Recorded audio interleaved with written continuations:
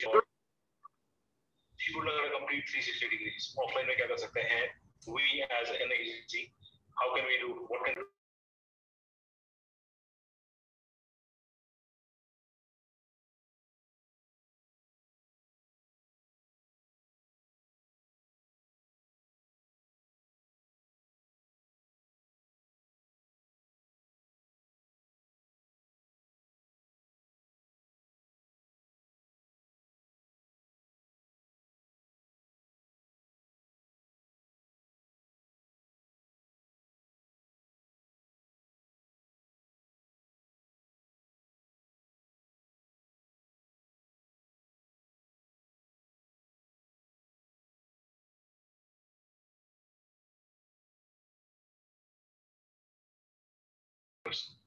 what I would want to do is I would want to, I would want you guys to go through our pitch deck for timeless weddings. Has anyone seen that? No. One zamana ago.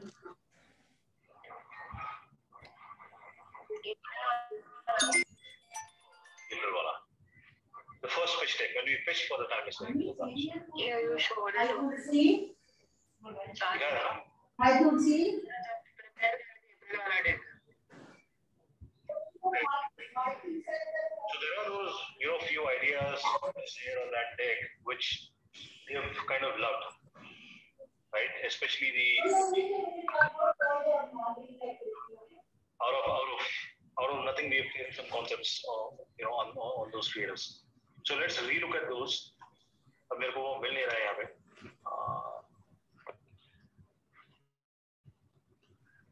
नहीं मिल रहा है. I will have to find that. Let's lead with Make It Taj. Sorry? I'm saying let's lead with Make It Taj. It was a big idea and deserves a second.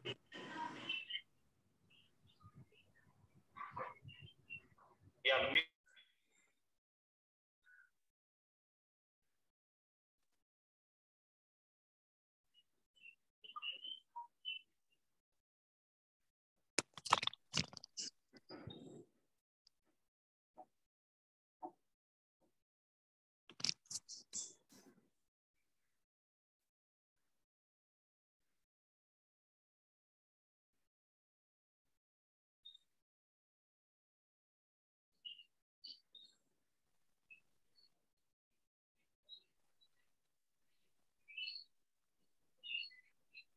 No, but there's something that's going on the same platform.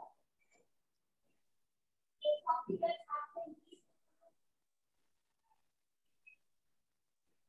I know what you go there, something is working and there's something in progress.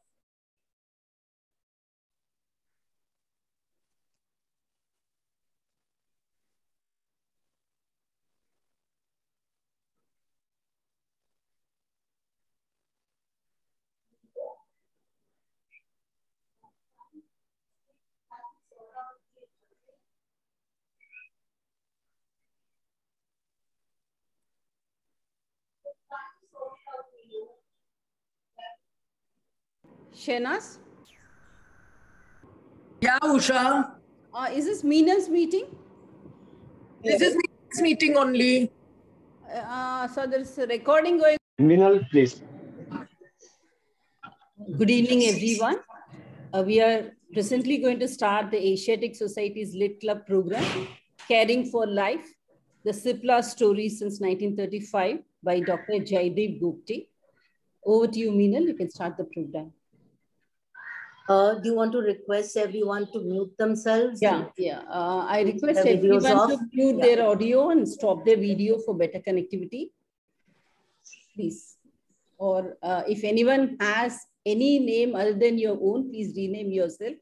Or you can message me, then I will rename you. Thank you. Good evening, all. I am Meenal Shirsagar, Chairperson of the Literary Club of the Asiatic Society of Mumbai.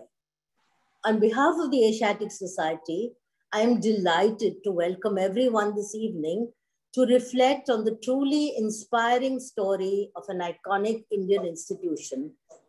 Cipla, for the last 85 years, has pioneered the pharmaceutical industry and is best known for helping the underprivileged and economically weak sections of society to get access to life-saving drugs.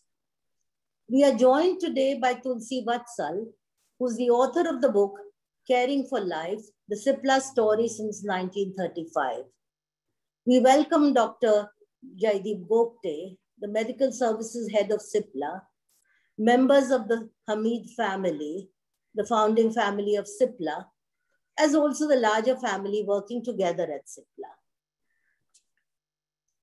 As the world grapples with the COVID-19 crisis, it is worthwhile to recall the deadly AIDS pandemic, which by the year 2000 had infected 36 million people worldwide and claimed the lives of nearly 22 million, mainly because of the treatment that was too expensive.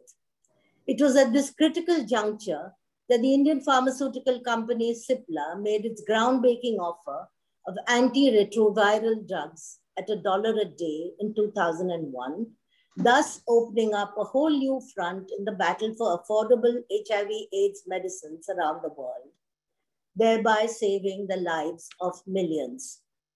The book traces the evolution of the company from its humble beginnings in a rented bungalow in the heart of Bombay to the significant global player that it has become today. The story unfolds against the backdrop of tumultuous events across the world, and in India, a people's struggle for independence and the growth of a nation. It is a story of hopes and dreams, of challenges and successes. I thank Dr. Gopte at the start for agreeing to give this talk, and I hope that the author, Tulsi Vatsal, will oblige us by sharing a few thoughts. It is indeed a privilege for us that we are able to host this event. Thank you. Let me tell you just a little about Dr. Gopte. He was born in Bombay in 1966. He graduated from the Grant Medical College and the Sir J.J. Group of Hospitals for his MBBS. After working in the J.J. and Sion hospitals for a year, he joined Cipla for 7 months. Subsequently, he went back to do an MD in pharmacology at KEM Hospital and rejoined Cipla in 1994. Currently, he heads Global Medical Affairs at Cipla as the Chief Medical Officer. He has witnessed at close quarters the impact Cipla has made over the years on healthcare in India and worldwide, and has worked with 2 generations of the Hamid family, Dr. Y.K. Hamid and Mr. M.K. Hamid, and now with Samina and Romana Hamid. Tulsi Vatsal is a very old and dear personal friend.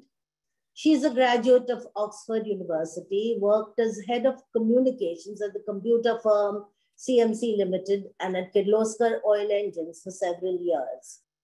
An independent researcher, writer, and translator, she co-authored Horizons, the Tata India Century, 1904 to 2004. She's co-author of 2 books on Indian textiles, Sahib Bibi Nawab, Baluchar Silks of Bengal, 1750 to 1900, and Peonies and Pagodas, Embroidered Parsi Textiles. She translated Karan Ghelo, a 19th century novel in Gujarati, along with Aban Mukherjee, published by Pendle. Tulsi contributes articles and reviews to journals and anthologies. And now it's over to you, Dr. Gopte. Do take over. Meenal, thank you very much for your kind introduction and for those words. So indeed, it's an honor for me to actually speak to all of you. And equally a bigger honor perhaps for me to speak about Cipla and really in the presence of the entire Hamid family that is here. Hold the space key to temporarily unmute. I don't understand who's doing that. It's not from here. I'm just trying to find out. Please go ahead. Yeah. No, I think, Mr. Gopte, it is, I think, computerized interference. I don't know. Okay. So what I'll probably do in the next 30, 40 minutes, what I've prepared is a slide presentation essentially only of pictures, right? Because I think no story can be better told than pictures. And if you pick up the Cipla book, what really will attract you to it is some of the best pictures that I have seen in many, many years, starting from the archives of Cipla to the more modern times and perhaps a peek into the future. So I'm going to share my screen, which I hope everybody can see now.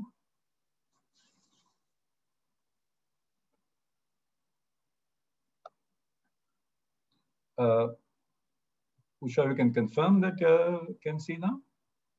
Yeah, we can see that. It's clear. We can see, yes. So essentially my whole presentation or discussion with you is built around this book, Caring for Life, the Cipla story since 1935. And I think there is no better line that can describe the story of 85 years than the words caring for life. So I have to tell you a little bit about my personal twist with this, because I joined Cipla on 17th of December, 1991, as a fresh medical graduate, just out of medical school, did 1 year of internship, 1 year of working in the hospital. And for some reason, I actually got into pharmaceutical industry, which nobody ever did in those days. I was actually becoming a surgeon at KEM Hospital. And in a few months, I decided to switch over to pharmacology. And that's how I came into industry. I have to say, before I joined pharmacology, I decided to try out the pharmaceutical industry. And through a close teacher friend who told me that please go and apply in Cipla, there seems to be a vacancy there. I went there in September of 1991, was interviewed twice, asked to do a project, which I presented. And then 3 months later, I was called back and said, on a Friday or a Saturday morning, I remember, I was called back on a Saturday morning and said, please join from Monday. And that's how I realized how Cipla works, right? Here's your interview, come on Monday and start. And overnight, I had to take a decision of getting rid of the work that was done in the hospital, telling my father and mother that I'm actually joining a company and I don't plan to do clinical practice. It was a huge decision for me to make, something that I have never really regretted. I did 7 months in Cipla. I thoroughly enjoyed myself. You know, as a doctor working in a company, it was a new experience for me. And I said, if I have to further my career as well as contribute better, I should get an MD done. And I managed to get the single seat that was there in the entire city of Mumbai at that time, was an MD in pharmacology at KEM Hospital, which was essentially the science of drugs.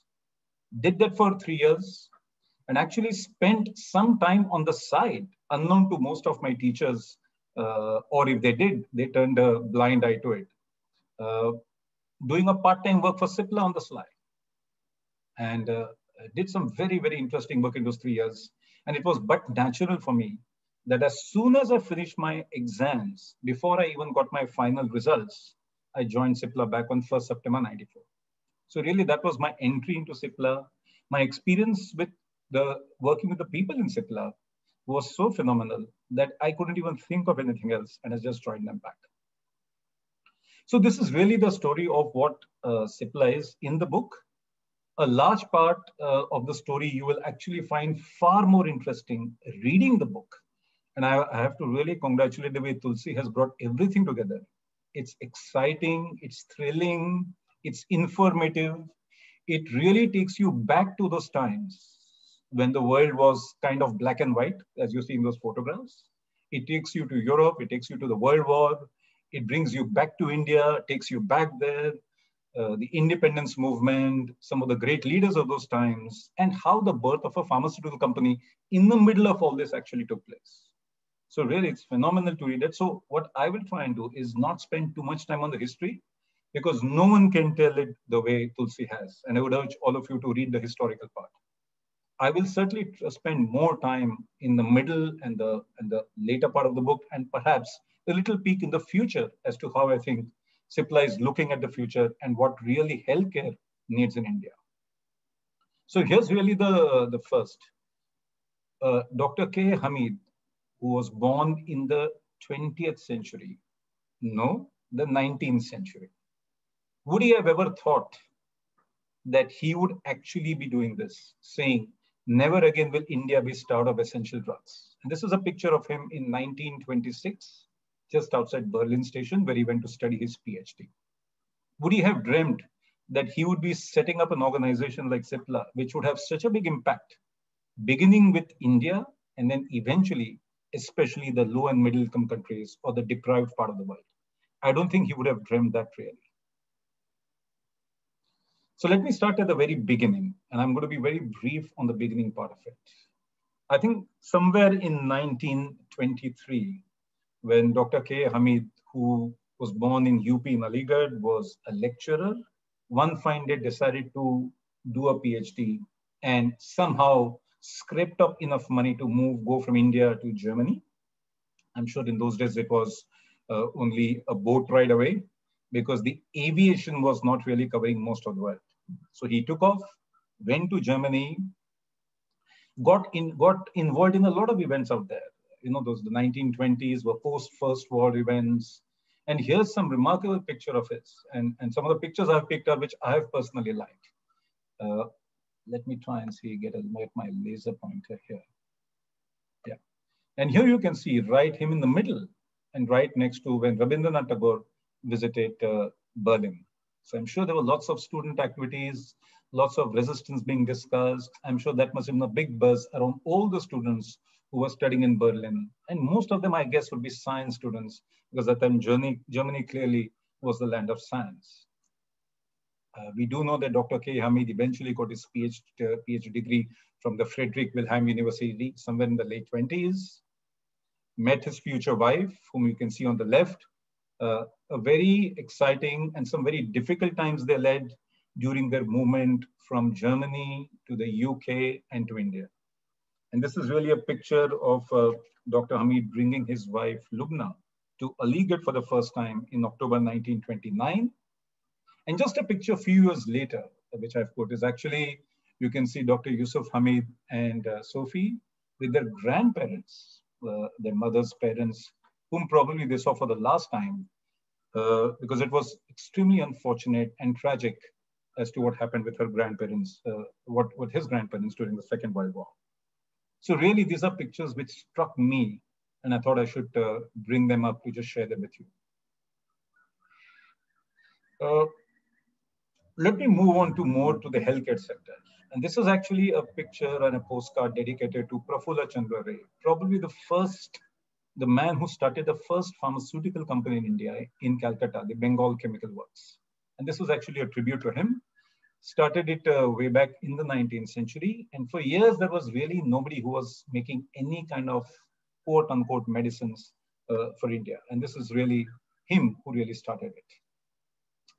And take you straight ahead many, many years. On the left here, you see is the certificate of incorporation of CIPLA in the year 1935. Very few people know that CIPLA was originally called the Chemical, Industrial and Pharmaceutical Laboratories Limited, which then got shortened many years later to CIPLA. Here's a photograph of the rented bungalow where it was actually started. Somewhere in 1930, I'm trying to get my facts right. It was remodeled after the bungalow was rented, and a formal inauguration of CIPLA as a pharmaceutical company began on 22nd September 1937. When you read the history of this, you will find it fascinating that some early business that Dr. K. Hamid was actually in typewriters. Then he secured an agency from a German company to do that. Please do read that part in it. It's very, very exciting of how he did that, how he lost money perhaps in the first few years.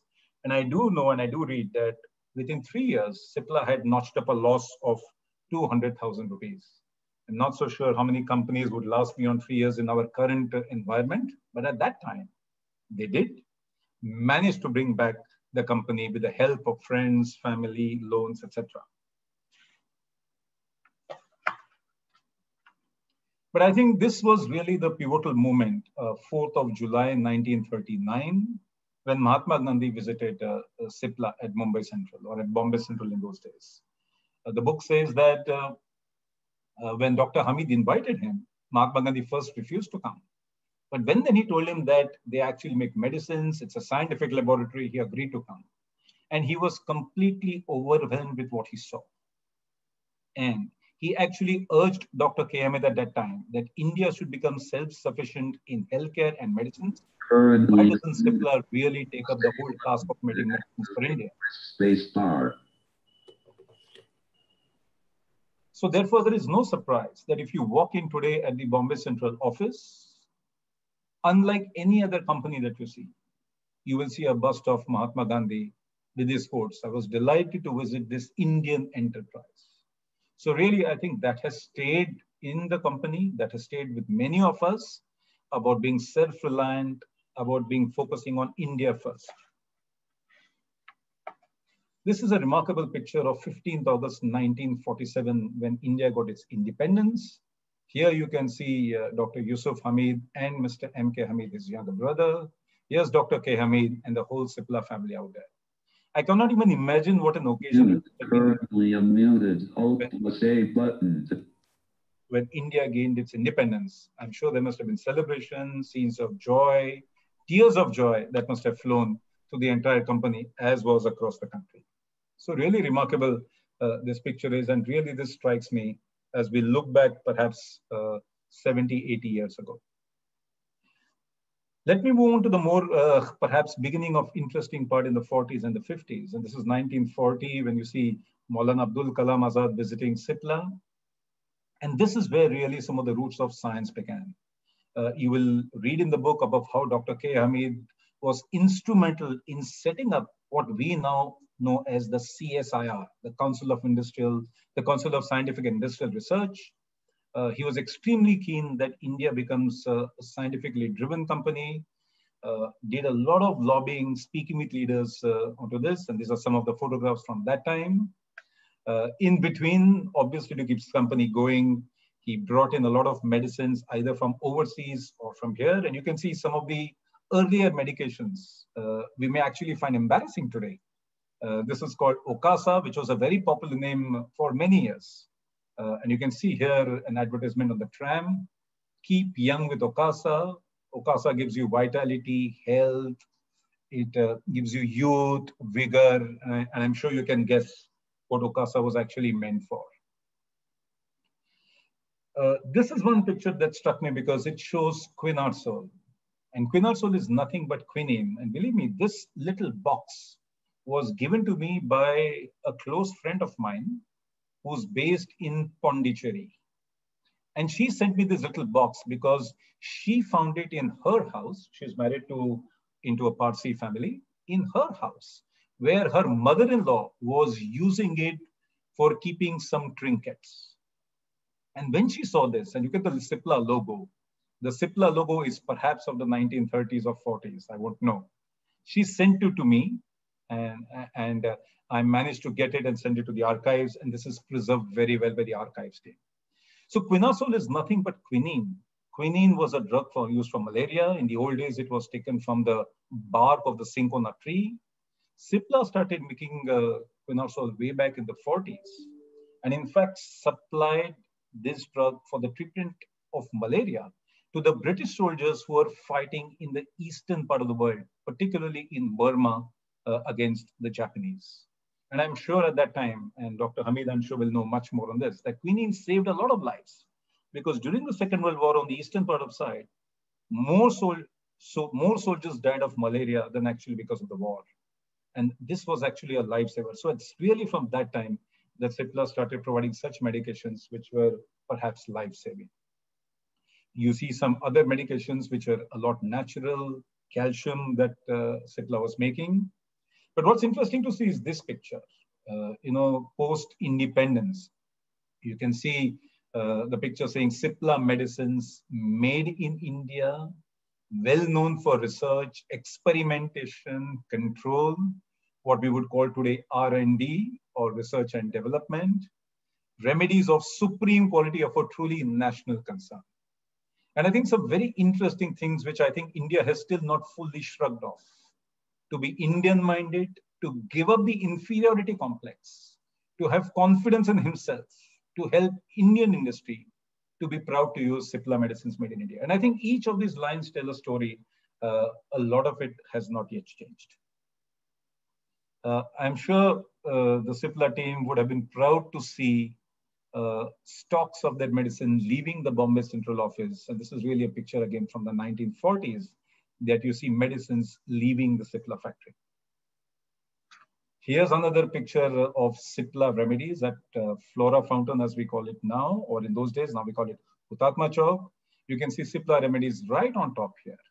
And I can imagine that from advertising on those days, you know, and we really can't, as a pharmaceutical company, advertise in the lay press. But at that time, you see Cipla remedies out there to create that name of Cipla right from the beginning.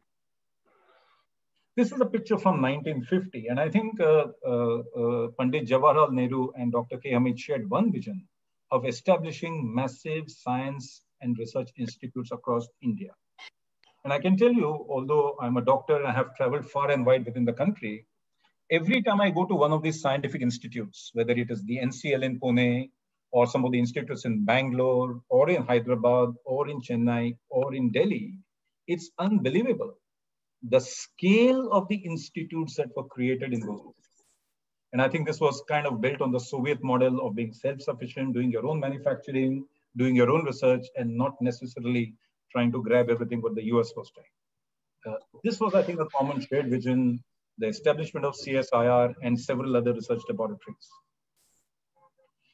What Dr. K. Hamid appears to have done very fascinatingly is how he managed the scientific part and he managed the political part as well. Here you can see a picture of him with Ho Chi Minh of Vietnam. And this was, if I recall, somewhere in 1942. On the right side with the Russian premier, again in the 1940s, and that's Dr. K. Hamid's wife Lubna with the Russian premier. And I do recall when I joined Cipla in the early 90s, we had a lot of exports of Cipla to Russia. There was a lot of friendship between India and Russia. We used to have people coming in and going from Cipla to Moscow all the time. So I'm sure this must have been historically built by both Dr. K. Hamid and subsequently Dr. Y. K. Hamid and others. This is a picture that completely unnerved me when I saw. If you can have a Nobel laureate at your house giving a lecture to the elite amongst the scientific community, that is something I would give a right arm to listen to. And here's Professor C.V. Raman, Nobel laureate of physics from the 1930s, actually giving a lecture at Dr. K. Hamid's house. I think this would be a priceless picture to really keep. One interesting thing I learned, and this I learned from Mr. Hamid many times, is that you may be a great scientist, but if you couldn't play cricket, you are not necessarily welcome at Cipla. So in the 1950s, where cricket was just coming up, cricket was extremely popular in Cipla, and regularly the company won tournaments. And here you can see winning a particular tournament in the 1950s by the Cipla team. Once a gentleman was a person whom I've met subsequently. When I joined Cipla, he was the technical director, Mr. Narendra Raje. He was an extremely good cricketer, and he was the first one from Cipla Bombay Central who agreed at the request or at the ask of Dr. Hamid to go to Vikhroli, which was a far off suburb in those days, to actually start the Cipla factory out of Vikhroli. So that's really some of the very fascinating history of Cipla. And as I said, you will enjoy it far more if you actually read the book. I've just tried to get you excerpts from those. But this is what I'm more familiar with. And I think this is what completely changed where we are today. The Indian Patents Act of 1970 changed the law from the 1911 law, which was prevalent from the British times. And what this law actually did is, it allowed Indian pharmaceutical companies to make the same drug by a different process. And the end product was no longer patented. Right? And this was really something unbelievable that happened. But I have to say, no one really bothered about it. And I hear this from Dr. Hamid very often and from Mr. Hamid. Many of the multinational companies who were really ruling the roost in the 1960s, and believe me, there is actually, it is well known that in 1960s, drug prices in India were the highest in the world. And it is mentioned in one of the Senate meetings in the US. So when this law was changed, I think Dr. K. Hamid personally had lobbied for years to get this law changed because that would benefit India. no multinational really paid much attention to this because they really didn't expect, they probably didn't expect India to do much, knowing the 40s, 50s, and the 60s situation. But lo and behold, something completely changed. And the book aptly titles this as the second evolution, or I might dare say a revolution. This is springing ahead 10 years later. A lecture given where Indira Gandhi spoke at the World Health Assembly in 1981. And she actually said, my idea of a better ordered world is one in which medical discoveries would be free of patents and there would be no profiteering from life or death. And I always have heard this from Doctor, that food and health were two areas where it was insisted upon there should be no patents, or what we will now call it, no monopolies. So this is really now going back 40 or 50 years.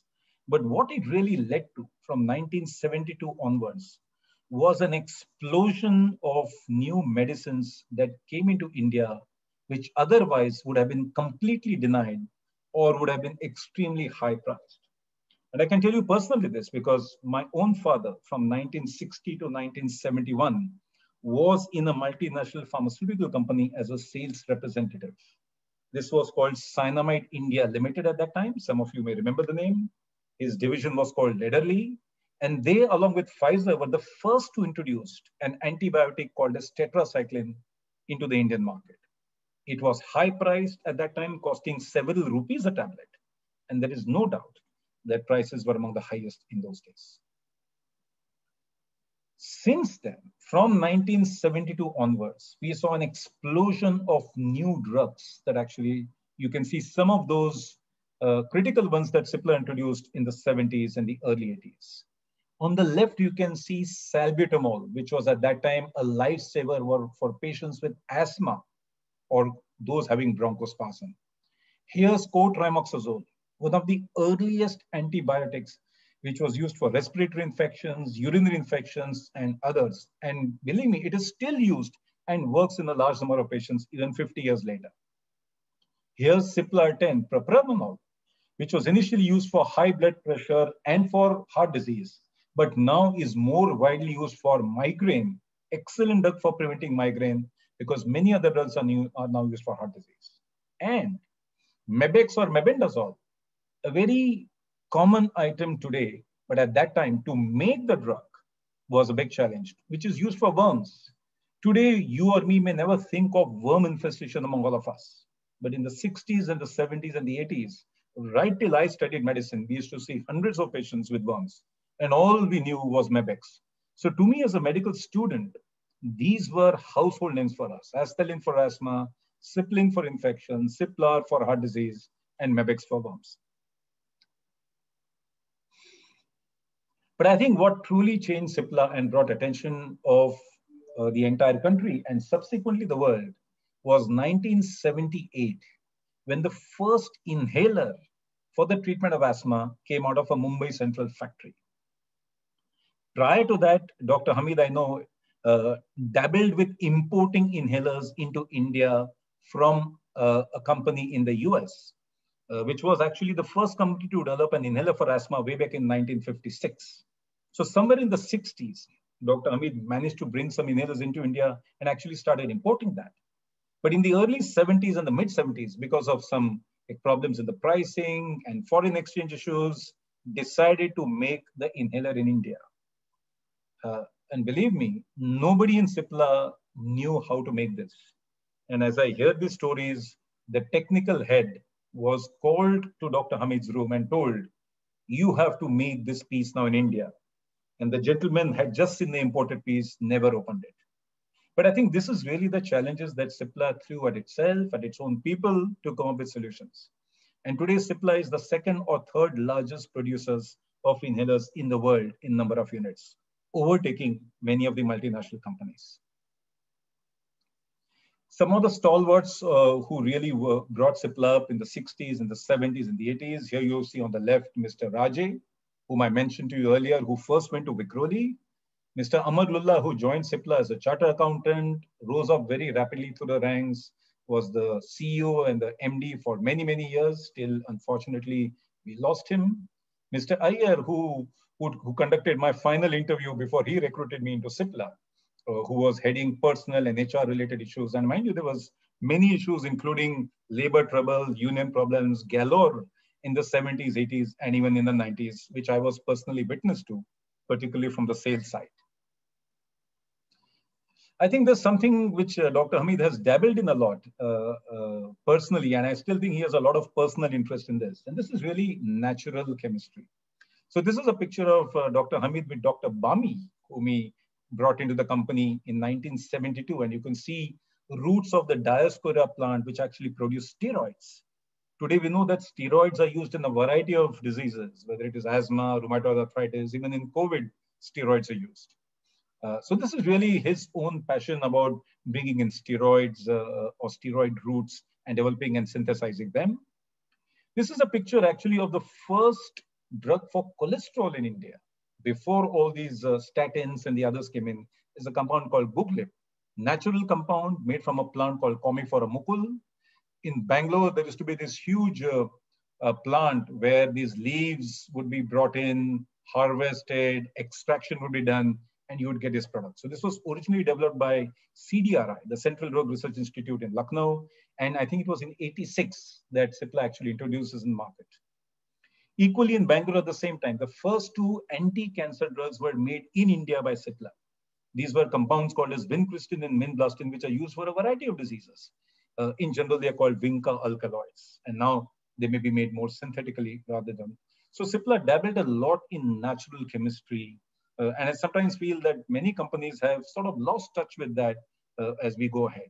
But mind you, a lot of the modern drugs that we use even today have been developed, have originally come from plants, including aspirin.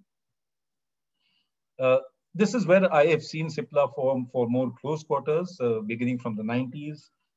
In a way, I would say Cipla charted its own path because lots of companies were growing, but somewhere I have seen that Cipla took a different route than what others. And I have to tell you 2 or 3 very fascinating stories. Most of you know the story of HIV, but here's something which had a huge impact, personally very close to many of us, because for me, this was my first project in Cipla that I took up. And this is actually thalassemia. Many of you know that thalassemia is a genetic disease where the body is not able to produce proper red blood cells or blood. And these children's blood cells keep dying very fast. And the only way to treat them is give them blood transfusions every 15 to 20 days for the rest of their lives. So you can imagine the agony of parents when their child is diagnosed at 2 years of age with thalassemia and being told, if you want your child to live, they have to take blood transfusions for the rest of their life. And most parents obviously did that. There were centers which were doing it across the country. One of the big problems of taking blood transfusions regularly is that iron, which is present in the blood that you take in, builds up into your body. And eventually it gets into the liver, gets into the spleen, gets into the heart, gets into the brain. And most of these children by the age of 20 would be dead because of overload of iron in the body. And the only treatment of iron overload, that means to remove this extra iron, what was called as iron chelators, was a compound called desferrioxamine, which was branded as Desferal and sold by a company which many of you may recall called Ciba-Geigy. That name no longer exists today. That was available in India. It used to cost in the 90s, 10,000 rupees a month. And therefore, out of 100 thalassemics, barely 1 or 2 would be taking it. The other thing is this drug was an injection which had to be, a needle had to be put under the skin of the abdomen, and it was given as a drip over 8 hours, had to be given 5 days a week for the rest of your life. So the agony of having a blood transfusion given to your child every 2 weeks was compounded by the fact, if you wanted your child to live beyond 20 years, you have to give iron chelators for the rest of his life, costing 10,000 rupees a month and given in this terrible way. So wouldn't it be a surprise that most children of thalassemia died by the time they were 18 or 19?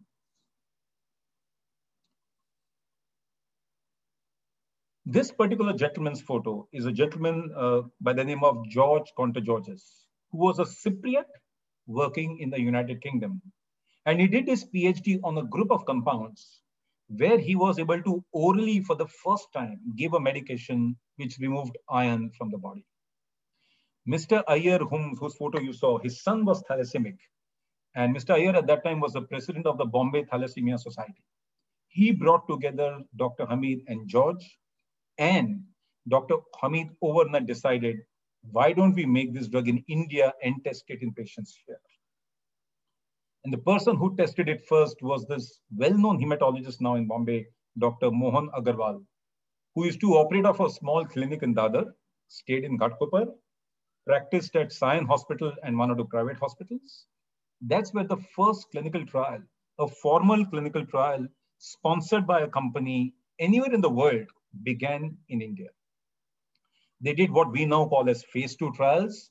And the world was astounded by this publication in 1992. 52 patients of thalassemia treated with iron chelator, at that time it was called L1. Eventually, in 1995, with a lot of fight against some of the multinational names that I took, eventually was approved in India under the name Kelfor.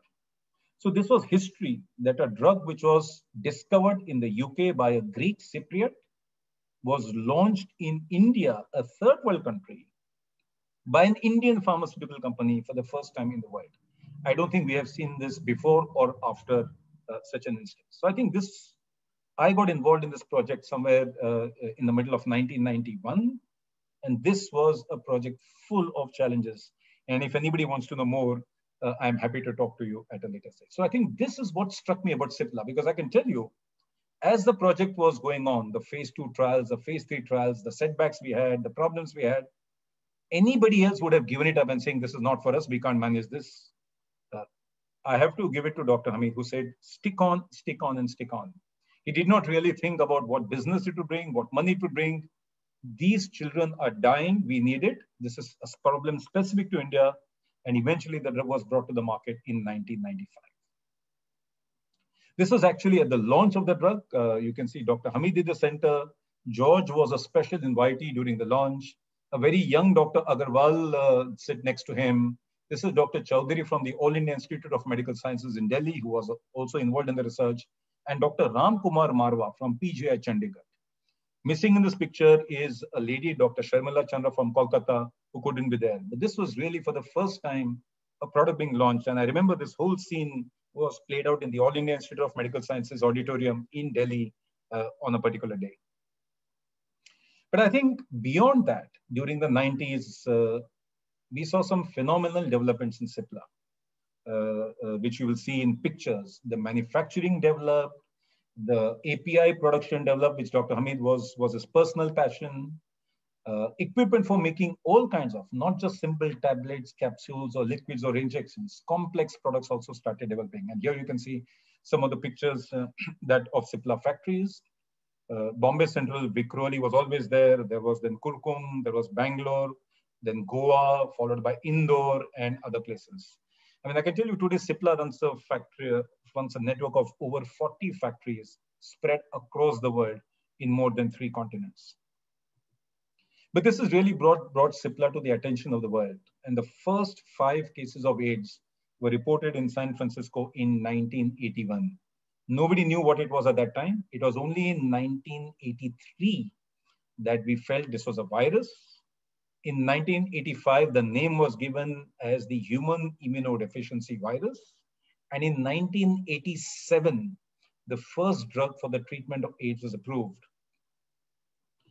This is a picture of Dr. Suniti Solomon, who was at the Madras Medical College at that time, who diagnosed the first person in India carrying the HIV virus in Chennai. And in a month later, we had the first diagnosis in Mumbai as well. She went on to make a very, very large not-for-profit organization or an NGO, which is extremely successful or was very successful in delivering patient care for HIV/AIDS, called as the Y.R. Gaitonde Foundation. And it continues to do some very, very good work in HIV and other infectious diseases. This was actually a picture of Dr. Hamid's writings on the synthesis of zidovudine. And you can see here, March 1992 is his first date. He has revised it in February 1993. And he seems to have written very much improved in November 1993. So the starting chemical for making this drug was called beta-thymidine, and it required steps to make zidovudine, and one or two of those steps were actually hazardous. But finally, Cipla made zidovudine, and I remember personally taking a training program for our salespeople in December of 1993. And I was never sure what I'm teaching them. We knew very little about the disease or about the treatment. But this was really the beginning of HIV/AIDS from a Cipla point of view. This has been one of Dr. Hamid's closest friends and professional colleagues, Dr. Rama Rao from the Indian Institute of Chemical Technology. I think they really hit it off together well and jointly developed and synthesized many of these complex drugs that we think or we see easily in the market. This is, of course, the famous story that all of you know. On the left side is the $1 a day pill that was developed by Cipla called Strimmune. What many don't know, or is less well known, that Cipla equally worked on a 3-in-1 tablet for children who were infected with HIV, which was a very, very high unmet need. Because at that time, children were taking 3 different syrups, 5 or 10 ml twice a day, and they hated it. And Cipla worked with some very unique, it was a very unique collaboration of Cipla with people from the UK and Africa to develop a pediatric formulation which was easy to use for children called as Strimmune Baby and Junior. I don't know how many of you have seen this article, but Donald McNeil, who just retired as one of the most well-known scientific writers from the New York Times, said in an interview that this is probably the most important story that he ever wrote in his life. The $1 a day story. And then he came to India personally to see what is the quality of manufacturing in India, because he heard stories that India doesn't follow any good GMP, quality standards are not great. So he took a flight and came to India, and he was dumbstruck by what he saw in the Cipla factories. And he admits it on an interview that he was completely taken aback by the quality of products that were made in India. And we've had all these kinds of visits. Here's Bill Clinton himself visiting the Cipla Goa factory. You can see Dr. Hamid and the team there. And believe me, a humbling experience for us. Many of us were invited. You can see me here somewhere at the back. And they told us very simply, if Bill Clinton has any questions on anything, we should have the right people in the room to answer those questions. So I went as representing medical affairs. If he had any questions on the drugs or the doses or anything, all of us were taken there. And this was an experience for meeting actually Bill Clinton, who visited the Cipla Goa factory. This is not a very good picture, but I'm sure if you haven't seen this already, I would urge all of you to see this. This movie can actually give you goose pimples because it really tells you the story of HIV from a very human angle. It's called Fire in the Blood. It was shown in several movie theaters many years ago and is now available on Netflix. And I happened to see just 2 weeks ago after many years. And really, it's an extremely powerful film that perhaps we should not miss because it tells us what is actually looming ahead. I was also pleasantly surprised to see this whole story being captured in a Marathi book, which was also released about 6 months ago. And this was by a lady called as Dr. Bele from Nasik. And she wrote this book about an Indian company's fight for humanity. And I've just done a very simple translation of the title of this book. And she has obviously worked with the Cipla archives team, put lots of photos. But if any of you are interested, this book is available. It really tells you in detail in Marathi the story of Cipla's fight for HIV. Let me jump to the second part. And Meenal, please tell me if I'm exceeding my time. This is Cipla and lung health. I think this is a subject close to many people's heart. Very few people in India know that over 9 crore people suffer from chronic respiratory diseases in India. 3.7 crore asthmatics. And even though India contributes only 11% of asthmatics to the world, we contribute 40% of the mortality of the world. It's an extremely big problem in India. And I'm showing you 2 people who have been involved in developing some of the finest drugs that we have for asthma. On the left is Geena Malhotra, who headed our R&D for close to 2 decades. And on the right is Zaksis Rao, who manages a company called J Precision, who actually has developed some of those inhaler devices that we now use routinely. And here's a picture of a young girl from Andhra Pradesh rural area using Rotahaler, a completely indigenously developed, simple to use inhaler device for the treatment for asthma. But I have to say that Cipla didn't rest there. This is a picture of the University of Cape Town Lung Institute and Professor Eric Bateman, who started it. And Mr. Hamid, myself, and Mr. Lullah happened to visit this in 2000 when we had gone to South Africa to attend an AIDS conference. And at that time, Mr. Hamid came back to India and said, do you want to set up a research center in India? And I said, why not? And he said, why not set up something like what we did? And this is, and 2 years later, this was constructed. And within that time, Dr. Sandeep Salvi, who had just finished a PhD, a young man at that time, came back to India and started heading the institute. So you can imagine how decisions in Cipla and the challenges in Cipla were thrown to us overnight. And I remember making this proposal and Mr. Hamid signing off on it in 48 hours. He says, don't worry about the money. We want to do something, we'll do it. And the first 5 years were a big struggle for this institute because research was not big in India at that time. But I think somewhere about 5 or 6 years later, things really began. And of all the studies that the center did, I will only talk about one, which was one of the largest studies ever done in India with 7,000 doctors in 800 cities. On a single day, all general practitioners noted down the kind of symptoms that patients presented with. This data of over 2 lakh patients was fed into a supercomputer in Delhi. And this is the graph, what is called as an alluvial graph that was thrown up. And you can see down below, respiratory symptoms are the most common symptoms with which a patient presents to a doctor, irrespective of age. And if anybody of you want to know more about this, I'll be happy to provide you with this original research paper. But unfortunately, words like asthma are considered taboo and a myth in India. It's only when celebrities talk about it that they tend to become popular. And on the left, I'm showing you the prevalence of asthma in different age groups, very high in young children, somewhat modest in the middle age group or the younger age group, and then starts to creep up again. And here's some of the data out here. India, I can tell you, is a hotbed for respiratory problems. There are 20% of our population smokes. We have both indoor air pollution in the rural areas and a big problem of ambient air pollution in the urban areas. We have recurrent respiratory infections in the rural areas, poor nutrition, and a lower lung capacity. All this is a fertile ground for chronic respiratory problems, which we are only now recognizing because of the COVID pandemic. Without COVID pandemic, I think we would not have recognized the chronic respiratory problems here. And I'm just going to very proudly show you the latest innovation from Cipla, which is what we call a breath-actuated, a very simple to use inhaler device, completely developed in India over a time of 6 years. This picture is a family of 3 generations of asthmatics.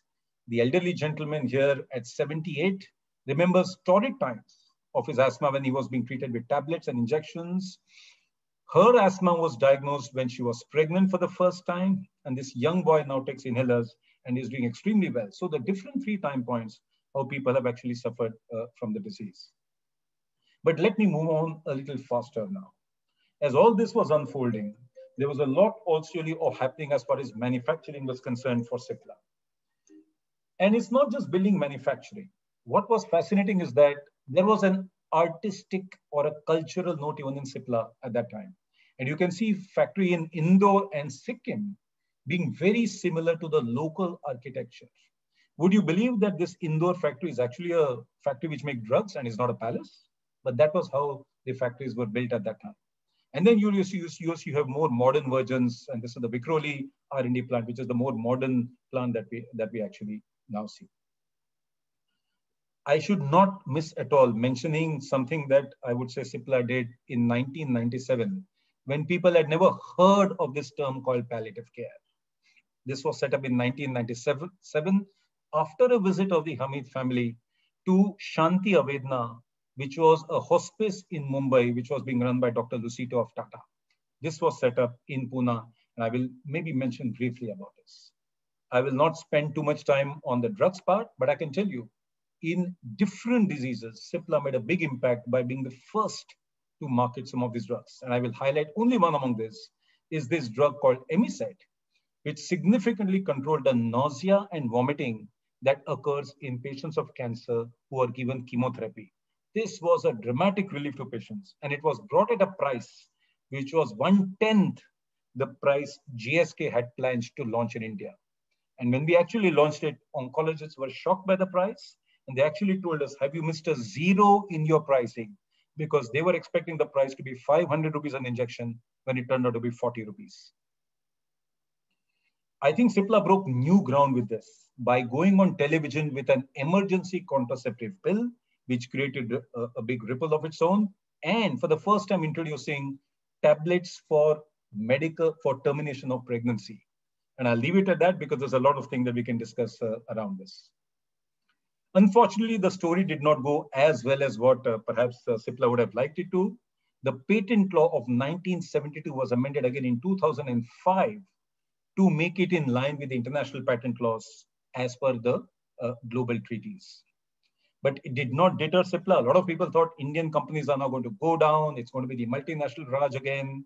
But I have to say, Cipla looked at deciding how it should handle it, went into manufacturing in the big way, and said if the multinationals come to India, India goes to the other countries. And more recently, Cipla became the first Indian company to make the first inhaler manufactured in India available in the most difficult circumstances in the US. 3.5 years lying with the US FDA, but it got approved in 3 weeks when the COVID pandemic struck. And the US was completely short.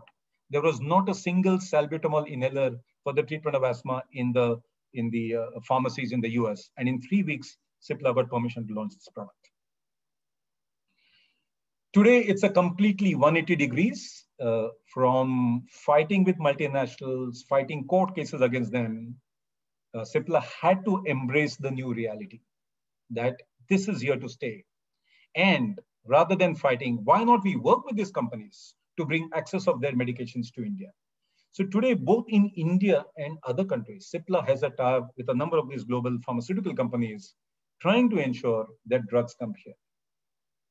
This is such a lovely picture of both Dr. Hamid and Mr. Hamid. And I have to add here that Mr. M.K. Hamid, who was my boss for 18 years, has always kept a low profile from the media.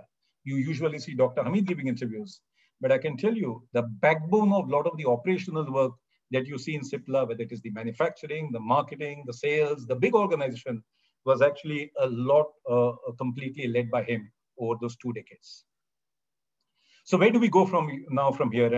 And being myself in Cipla for 25 years, I often ask myself this question. So where does really Cipla go from here, considering today's environment? This is the only graph of business I wanted to show you, but it tells you how things have changed. And just look at 2000. The yellow part is exports, very small proportion of the overall pharma business. Look at where it is today. Almost half of India's manufacturing is actually exported.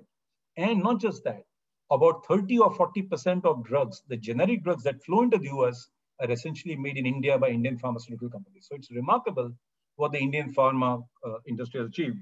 We all know about the IT success, but we haven't really seen this side of very well. So this is how Cipla has evolved from what it was. You can see the difference in logos, and you can see Dr. Hamid pensively always thinking. And I know he's on the call, but every week when we speak, his ideas still keep flowing out of him as they did 25 years ago. So today, really, there are 3 broad organizations of Cipla. Here is Cipla as a company, Cipla Health, which is a consumer health company for wellness, and Cipla Foundation, which is actually looking at the humanitarian angle of what Cipla can really do on a more formal basis, which it was doing more informally.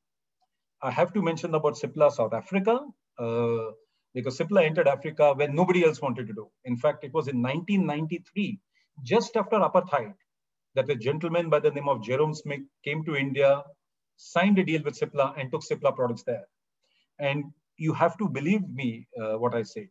He told us when the first time tablets went from India to South Africa, there were some doctors, white doctors, who actually smelled the tablets and asked, does it smell of curry? That was the kind of feedback that we had in the first few years. Of course, that's all changed now. Cipla South Africa is the 3rd largest organization in South Africa and extremely well respected, a lot because of the HIV work that was done. So what does Cipla really do now here? does it do only global? But let me say, huge swaths of India in the rural area and in Africa do not have access to medications. Out of 1.4 billion people, and we are touching 1.4 billion people, 800 million people in India still live in rural areas which don't have easy access to medication. Unfortunately, a bottle of Coca-Cola reaches there, but not your medications for asthma or blood pressure or for certain infections. So this is one area where Cipla is clearly working on. No question, partnership with Big Pharma to bring in the latest drugs to make sure that treatment that in India is the latest continues with Cipla. A lot of partnerships have started with actually, and this is back to where Dr. K. Hamid and Dr. Y. K. Hamid started, which I think we're somewhere lost in the middle, is working with academic institutes like the IICTs, the CAPRISA in South Africa. And what I will not fail to miss is orphan diseases. I think Cipla has been the only company to have done a lot of work in orphan diseases. These are rare diseases where no company wants to bring in medications because they don't mean good business. That's really the future, and I won't spend time on this. Biologics, stem cell therapy, which Cipla will be shortly introducing this year, formal process of clinical trials which has gone through. Insulin delivered by the inhaled route. This has been developed in the US, and Cipla has actually just started clinical trials on this and some other complex products on this. A thing which is close to everyone's heart in Cipla. India has unfortunately the highest rate of antibiotic resistance in the world. And this is a recent report which has actually shown this. This is Dr. Hamid being invited at the United Nations panel on antimicrobial resistance, where only 2 companies are invited. I think he and probably GSK, or I don't remember exactly, but he will remember. But he was certainly invited at the AMR conference. And I can tell you, antibiotic resistance is not the tsunami like SARS-CoV-2 we have seen. It is like a melting glacier where you will know the doom you're in. And I can tell you, we are in for a big doom of antibiotics which no longer work for our common infections or when you get hospitalized. This is my ending on COVID. All of you are familiar with some of these words, remdesivir, tocilizumab, you have been seeing the papers. So Cipla was the first company, along with another company, to get approval for remdesivir in June of 2020, barely a month and a half after it was approved in the US. Today, among all the drugs which have a lot of scientific evidence behind reducing mortality or improving outcomes, the largest are actually made by Cipla in India. Lesonite, tocilizumab, and this new antibody that you see. During this time, Cipla has also ventured into diagnostics, really trying to target COVID-19 pandemic from all points of view. But I think here again, the story of HIV is being replayed. Access to medicines, high cost of drugs, huge unmet need in India. We all know what we have gone through in the last 2 months. Some of the other things that I want to mention about what Cipla is doing, big talk about sustainability. And we know that Cipla is working actively on making Cipla carbon neutral, water neutral, zero waste landfill company soon. And I'll end by talking about the palliative care. And this is a brilliant photograph of the palliative care center. It's not just a center restricted to Pune where patients can get admitted and get treated, but the work has now gone out. I think the most important part of palliative care today is not offering them support in a hospital, but actually giving it to them in their own homes. A lot of home care work, a lot of training, and I think a lot is being done in terms of palliative care. And I have seen that perceptible change in the last 5 years in people's attitudes towards palliative care. So I'm going to stop here by just ending what started in 1935 when Dr. Hamid joined Cipla 25 years later in 1960. And now more than 50 years later, he is being carried upon by the next generation. Both Samina and Rumana probably are on the call. I don't know if both of them are there. And of course, with the current chief executive, Umang Vohra, I think has really put Cipla probably ahead and a very, very strong name to reckon with a very high credibility and reputation. More about this, if you want to read, please read the book, brilliantly written by Tulsi. Thank you very much. I think I've gone beyond my time, but really, you know, there's so much more to be told that one can never have enough of it. So thank you all very much. Meenal, thank you for your kind invitation. To everybody, thank you all for listening to us. No, it's we who have to thank you, Dr. Gopte. That was truly fascinating. I won't say more at this juncture, but I'm wondering if Tulsi Vatsal would like to say a few words, and then perhaps Dr. Hamid as well, if he'd like to. Tulsi? Tulsi, are you there? I'm here. I'm here. Would you like to say a few words, Tulsi? Yeah, sure. And then later on, I'll just announce this. Dr. Gopte is willing to have a Q&A session, so you can address your comments and questions to him later. He's been kind enough to accept that. Tulsi, over to you. Hello, everybody. And thank you, Jaideep, for the amazing summary of this very long book. It reminds me of the many meetings I had with you over the years, 4 or 5 years that the CIPLA book was being written, and the clarity with which you explained things about drugs and diseases, and the patience with which you explained them. And patience was really needed, because I must confess that when I started this project, I had absolutely no idea about the pharmaceutical industry, nor about CIPLA. And I sometimes wonder how CIPLA had the courage to, or took the risk of asking me to write this book. But what I've learned over many years is that if you are really interested in a subject, you can always learn about it. So I did a lot of research.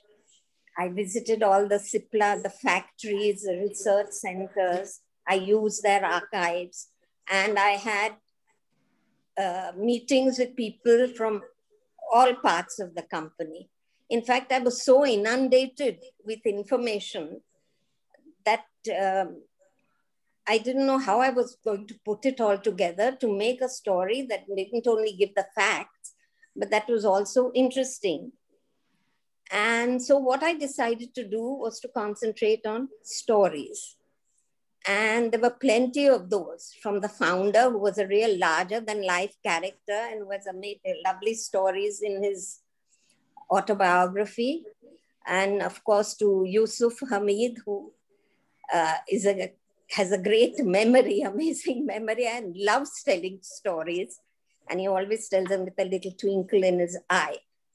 But here I'm going to read you one little story, which I quite like. Ms. Tulsi, I request you to tilt your screen so that we see your face. We are not able. You're not seeing my face? No, oh, no. God. No. I don't know where I am. So, start video. Where am I? Can you see now? Yes, yes. Okay, so this was in the mid-70s. And one morning, M.K. Hamid was asked to meet his brother, Yusuf, in his office. And the rest of this little story is in the words of M.K. Hamid. Mukku, he told me, we are not able to sell anything. CIPLA had already introduced a number of new drugs, and many others were in the pipeline. And Bhai was concerned that CIPLA's marketing setup was totally unprepared and unsuited to the task. And I replied, okay, let me look into it. Yes, fine. When I went deep into why CIPLA is languishing, it opened my eyes to modern day management techniques. And I said to myself, CIPLA doesn't have any of that. It took me 1.5 years of traveling across the country and talking to people to come to the conclusion that it was not just marketing that was primitive in CIPLA. Everything in the company was primitive. There's no point strengthening marketing when you don't have a chartered accountant and your manufacturing is old-fashioned. Oh my God, I said to myself, there's nothing right here. And the excitement of this discovery was such for me personally that I went rushing to Dr. Hamid's room, and I didn't even sit down, and I said, Bhai, you sent me to inquire about marketing, but it's not just marketing. Everything here is backward, primitive, and now we have to upgrade the whole setup. And he asked, so what do we do? And I said, We have to put it right. We were young then. It didn't take Bhai more than 30 seconds to understand what I was trying to say, and another 30 to act.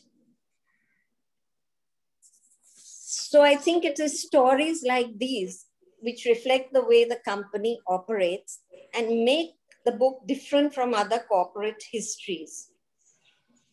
And I think the other reason why this book is different from other corporate histories is that I did not need at all to trumpet Cipla's achievements. The facts spoke for themselves. Thank you very much. If you get a chance to read the book, it's quite a fascinating story. Thank you. Yes, Tulsi, it is truly a fascinating story. I'm so happy that I have the book already and I have been reading bits and pieces. It's a very long story, so it will take a little while.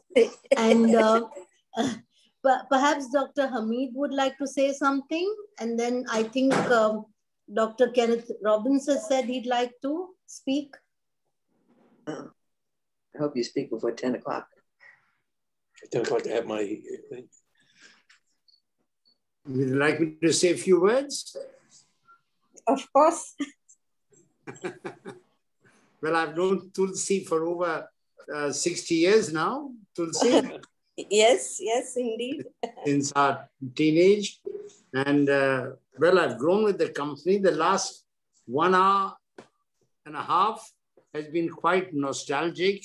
I must say, Dr. Gogte painted a beautiful resume and story on Cipla. In retrospect, I think all said and done, we have done a lot for our country, contributed scientifically to the country, and somehow the appreciation that we've got outside India has been more than within India. People who are knowledgeable in India, yes, they've appreciated it. But I think among the bureaucracy and the government, that appreciation has not been there. And I think the next 20 years, we will again keep on growing, making progress. And I think the main thing has been contribution to care. And that caring for life, improving the quality of life is what I think Cipla actually signifies. And on that note, maybe Tulsi, in another 30 years or 15 years, you can write the 100-year story. When both of us are. We'll do it. Why not? Why not? Thanks. Thank you. Thanks, everybody. Thank you very much indeed, Dr. Hamid. It was really kind of you to say something unexpected that you are here, but wonderful. Thank you. Thank you very much. And then before the questions, I think Dr. Kenneth Robbins would like to say something, if we give him a chance. Dr. Robbins, are you there? I'm there. Can you hear me? Yes, we can. I have been honored to be friendly with Dr. Hamid for many years. And when I introduced him at Columbia University School of Public Health, what they said was that indirectly or directly, that the Cipla company had saved between 10 million and 14 million lives. It's an unimaginable thing. And now I'm proud to say that I have my granddaughter, who's almost 16, interested in the story of Cipla. And she and I are working on a study of the early years of Dr. Hamid's parents in Berlin and afterwards, to show the iconic role that they played in bringing certain sort of values to India. And we hope to put this out in a book that I'm working on. And you are very honored to have him in India. The Cipla story should be on an Indian stamp. Thank you.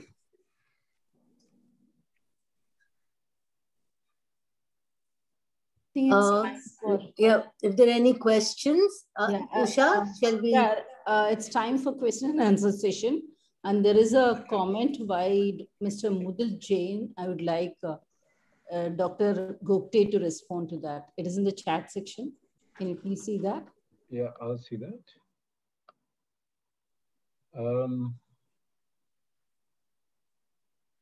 So I see here his comment is, many MNCs are acquiring Indian pharmaceutical companies, but Indian companies still reign. Sorry. What's the question, Mudit? It's not a question. I'll just read it out for you. It's a comment, yeah. Yeah, as a patriotic Indian, I'd like to outsource the pharma ministry and drug controller to Dr. Yusuf Hamid, as it was his very persistent efforts that allowed the pharma industry to grow exponentially by changing the manufacturing process and be allowed to make the end product. Sadly, it is now reversed and has led to many MNCs acquiring Indian pharma companies. So, you are bang on, Mudit, on this. It's also important for the Indian pharmaceutical industry to sort of look inwardly as well as to what more we need to do to truly become a global pharmaceutical company. We do here Cipla, Sun Pharmaceuticals, Cadila, Dr. Reddy's, 4 or 5 such companies which are global pharmaceutical companies based out of India.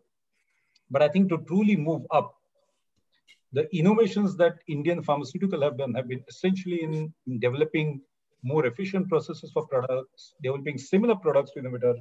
But if you really look at true new molecules, I think there have been far and few. And there could be various reasons for that. I think that's the next step that we have to take. It won't be an easy jump. It has to be a gradual process that I think pharmaceutical companies have to do. And I think the large companies are leading the way. I think Kelfer was a classic example I gave you. As I said, if it were not for Dr. Hamid, this product would not have seen the market. And the patients of thalassemia would still be languishing in what they were in the 1980s. So there are, I think, a lot of bets, a lot of risks that Indian take. We have a much, I have to say, more conducive environment to research in India. There are, one of the things I have to say, and as Dr. Hamid pointed out, some of the challenges he faced, it's very important for the academia to come together. And we have to trust each other that both of us will do the right thing. And I can give you an example. We just had a request from, again through Dr. Hamid, from a CSR institute from Jammu, a very well-known institute from the old days, that Cipla makes a drug for cancer. That drug is also used in a condition called as sickle cell anemia.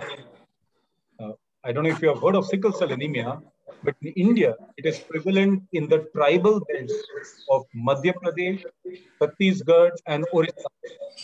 And then it is seen in Africa and among the African Americans in the US. Till today, there is no drug in India formally approved by the DCGI for sickle cell anemia. All Cipla has to do is take its current drug, get it approved, and we could truly have a drug which is indicated for this. And that's the first thing that we're going to be doing this year. So I think small things like this can make a difference. And the next probably is actually looking at completely new drugs. The other thing I must point out, which Dr. Hamid has always said, and I know I'm paraphrasing what he says, he's always said, I'm not against patents. He's a scientist and he feels that patents and discoveries must be rewarded. But what he has been traditionally against is monopolies. The moment you give somebody a monopoly to a particular life-saving drug, particularly a life-saving drug, that person will be able to rule the world. And you will be at his mercy. And that's where he feels we should have some way to make sure that nobody monopolizes particularly critical drugs in India. There is a question by Mr. Firdaus Sarnobar. Shall I read it?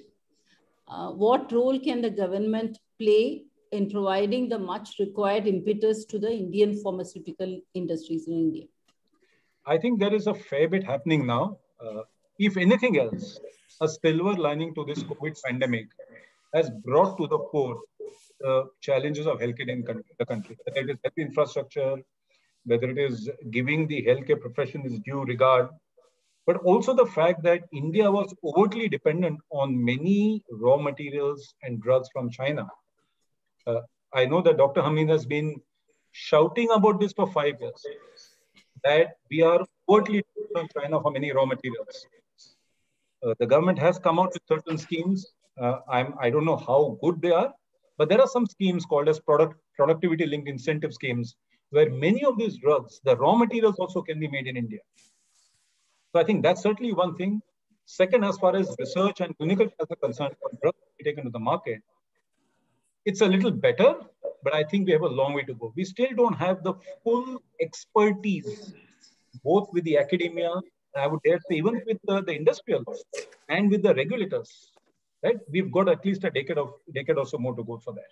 But I think having this closer collaboration towards a shared goal is something that that I think the government is attempting, and we hope it will succeed because we are all for it. The third question is from Dr. Manjit Kriplani. He says, how has COVID-19 and the rapid vaccine development changed the pharma industry worldwide? Will it become more equitable in terms of distribution and also for production base?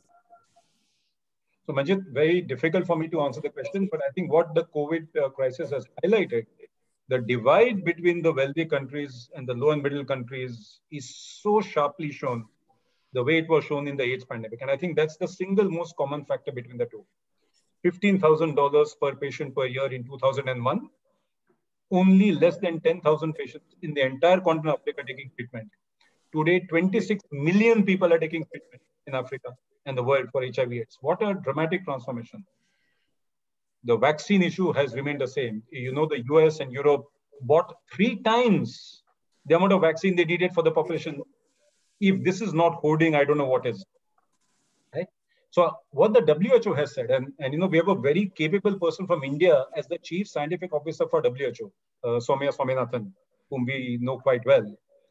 She has told us that India has to become self-sufficient in all this. Low and middle income countries should not be dependent on Western countries for handing out freebies like vaccines. And I think there is a strong push by WHO that low and middle income countries build their own capabilities, at least for vaccine manufacturing. And I know that many companies from India and others are in touch with WHO to understand how we can bring about this transformation. But it will take 5 years. Mr. Sushil Premchand is asking, could the government help Indian industry, including pharma, in patenting inventions globally, recognizing the global industry will not immediately accept eliminating patents on life-saving drugs? This might need a change in WTO rules. So that's a very hard battle to fight. I mean, you know, it's taken the Western countries years. I mean, where was patents was never part of a World Trade or World WTO, right? It was never part of that. It was never part of general agreement of trade and tariffs. It was trade and tariffs. What have patents or drugs got to do with it? But for whatever reasons in those days, it was brought in. I don't think that's going to be reversed so easily. But I think what COVID has taught us, that in crisis times, if drugs are not available, particularly in countries like India, right? Indian companies will challenge those patents, launch drugs, and people will wait and see what the governments can do. I think this is where the power of the people becomes extremely important. Whether it's civil rights or activism, becomes very important in making sure that critical drugs become available in India. Whether they come as a licensing mechanism from the innovator companies, but they should be made in India at a certain price. We have seen examples of that in COVID, and I hope there are more examples of this, because one area which terrifies me, both as a doctor and being part of a pharma industry, is the prices of anti-cancer drugs. The average price of a new anti-cancer drug, and I'm talking only new drugs, some of which are very, very effective in controlling cancer, is about $200,000 per patient per year in the US. No one is going to be able to afford it in India. We've got some drugs in India which cost 5 lakhs a month, right? How long they have to be taken? As long as they can control your cancer. How are we ever going to be able to afford this kind of medications in our country? I have no idea. Ms. Annie Pillai has raised her hand. Ms. Annie, if you have any question, you can just unmute yourself and ask. Yeah, thanks a lot, ma'am. And thanks, Dr. Gupte. In fact, where I heard the whole talk, And I also became very emotional because I have my full this for Cipla. I remember because I was an ex-employee of Cipla. And when my mom was sick, I remember Mr. Hamid, immediately at that point in the year 98, he immediately written a check of 50,000. And that really gave 2 years of extra life to my mother. So I'll never forget this company. And in fact, I just happened to speak to Dr. Gokte last week. I am doing my PhD on, which is the innovative strategies at bottom of pyramid.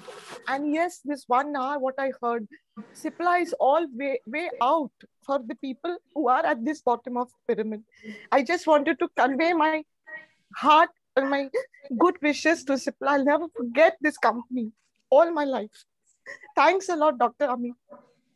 And thanks, Dr. Gokte. Thank you, ma'am, for giving me a chance to speak. Thanks a lot. Thank you. Are there any more questions? Would like Mr. Gokte, Dr. Gokte, like to respond to that? Say something. So all I can say is Annie was part of the sales team in Mumbai, and she was actually in charge of some of our HIV drugs. Yes, sir. So she would remember very well. And I won't forget that the first workshop that we ever did for training of HIV doctors was organized with Annie's help. Yes, so I'm sure she has some very, very good memories of Cipla. And I think hers is an example. I can tell you many examples would be there like this. Yes. Until I'm alive, I'll never forget. Till I'm alive. Dr. Gokte, there are 2 more questions. Would you like to take them? Or how do we do that? Again, from let me just look at the chat box. Yeah. How does the system of pricing of drugs work in pharma industry? And how is Cipla able to provide medicines at affordable prices? No, do you see India following the Western insurance payment model, or should India follow the current pay as you go model with affordable drugs? So all I can say, is healthcare is going to become more and more expensive. So I have to say it's a difficult question for me to answer, because if you look at the way healthcare is structured in Europe, it is essentially driven by the state, right? It's completely paid for by the state in almost all situations. Unless you elect to go to a private hospital, everybody is covered by the state in most of the Western European countries. If you go to the US, it's a different system. The government gives Medicare, which is for 65 and above. But all the younger people are covered by private insurance. And private insurance will charge their own premiums. They have very, very complex way of rebates. I've been trying to understand the US system, and believe me, it is so non-transparent that you wonder how such a thing exists. And no wonder that the healthcare costs are so high in the US. I think India perhaps should have a kind of a middle model. What is critical for us is really to increase our public health infrastructure. And we have to find an answer as to why a person from a low middle income country can never get the same class of treatment as somebody from an upper income group. Why can't KM Hospital in Mumbai, by the way, my wife works as a professor at KM Hospital, so I very much know what happens in the public system. Why can't treatment, care, and quality there be as good as global hospitals, which is a stone's throw away from KM Hospital? The crowds at the public hospitals are enormous, even with 2,000 beds. And forget COVID. In rainy season, KM Hospital is overflowing with fevers. Right? So if we don't address the public health infrastructure, I can only tell you everything will go more and more private, and we'll be just paying more and more and more money for healthcare. Mr. Firdaus is again wondering how Cipla is able to provide medicines at such an affordable price. So there are 2 or 3 different types of answers that one can give. One is, of course, the most multinationals will tell you that we spend a lot of money to do R&D, which costs $1 billion to develop a drug, and therefore we have to recover those costs. So clearly that's an answer you'll mostly hear, which is not entirely wrong, but it's not entirely right as well. I don't think it costs $1 billion, because that $1 billion cost includes some marketing costs, legal fees, patent costs. All those costs are included in that $1 billion or or nowadays it's being touted as 2 billion, no longer 1 billion. I think in the older days when there were no patent laws in India, we could make the same drug by a different process. But please remember that also required R&D. It was not free. But given the fact that we are in India, where the overall cost of living is lower, Cipla and other companies were able to provide drugs at a much lower cost. So I must add that the profit making that happens, and I've heard Dr. Hamid say this on a BBC interview. I don't know if Dr. Hamid remembers, but he said this on a BBC interview. There are profits and there are obscene profits. The last question is from Ms. Madeleine Robbins.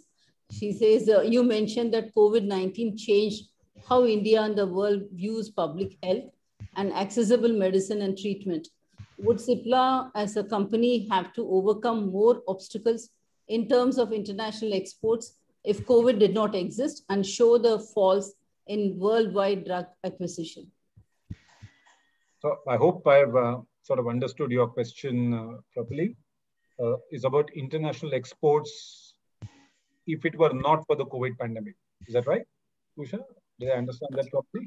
Yes, that's right. I think the Indian pharmaceutical industry, at least I can tell you, Madeleine, from the manufacturing point of view, is absolutely world-class. Right? The generic drug industry and the manufacturing factory, or the factories in India, may even be better than many of the factories in the US, because the Indian factories are all new. Many of the manufacturing plants in the US, which I know our people have visited, are outdated. They have not been revamped recently. You see the Indian factories, they are continually being revamped, new factories being put up at the time. So from a manufacturing bite, absolutely world class. I don't think there is anything that can stop the exports of Indian pharma to Western countries, whether it is the US, Western Europe, or even Japan, which has been the biggest challenge. I don't see any issues of that. Questions I think it has been a superb session, but I think we'll have to call a halt to this. I don't think there are any more questions either. Are there, Usha? No, no questions. Otherwise, just all that remains now is a formal vote of thanks. So I just want to say one line in the before. Yes, please do. Please do. So I hope you were able to sit through that 1 hour, but I can tell you the way I presented, and I don't know what I did, but it is no match for Tulsi's writing in the book. I have personally, although knowing the story myself a lot of it, I have been astounded by the way how, as a non-pharma person, she's captured it and made it into a virtually a thrilling story. So Tulsi, really fantastic and I wouldn't be sorry. It's a collector's item. I've got 2 copies with me already. So really, that's been something fantastic. Thank you very much. Thank you.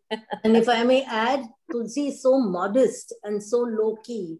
It's very difficult to get her to say anything about the book and her research and her writing, but we have succeeded. So I'm happy about that. If I may quote just one line from the epilogue she has written, because she's really brought to light, Tulsi, if I'm quoting from your epilogue, that this is a compassionate approach to medicine and healthcare that goes beyond the pursuit of profit and growth and has been the force impelling Cipla's history over the years.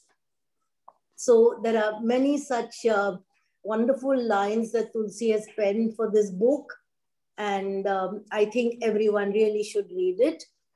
So on behalf of the Literary Club of the Asiatic Society of Mumbai, I thank you most sincerely, Dr. Gogte, and you, Tulsi, for a wonderful and thought-provoking discussion. Cipla is an inspiring story by any standards. And your insights today, Dr. Gogte, have brought this to life. You have really enthralled us with your narrative. Thank you very much. Thank you very much indeed. Our thanks are also due to the audience for their participation, their curiosity, their comments and questions. We are so happy that you are all, enraptured by all this and had things to say. And as always, our grateful thanks to the technical team without whom we would not be able to hold such lectures on a virtual platform. So Usha, Shahnaz, Yogesh, Ramesh, whoever else is there, thank you very much indeed. Thank you, everybody. So and good evening to all of you. I have to thank the team from the CIPLA archives for really helping me with putting some of these photographs together. Yes, yes, of course, of course. Thank you. I've been in touch with Candida, but I don't know any of the others. So thank you, everybody. Thank you. Bye-bye. Thank you. Bye-bye. I think so, Usha.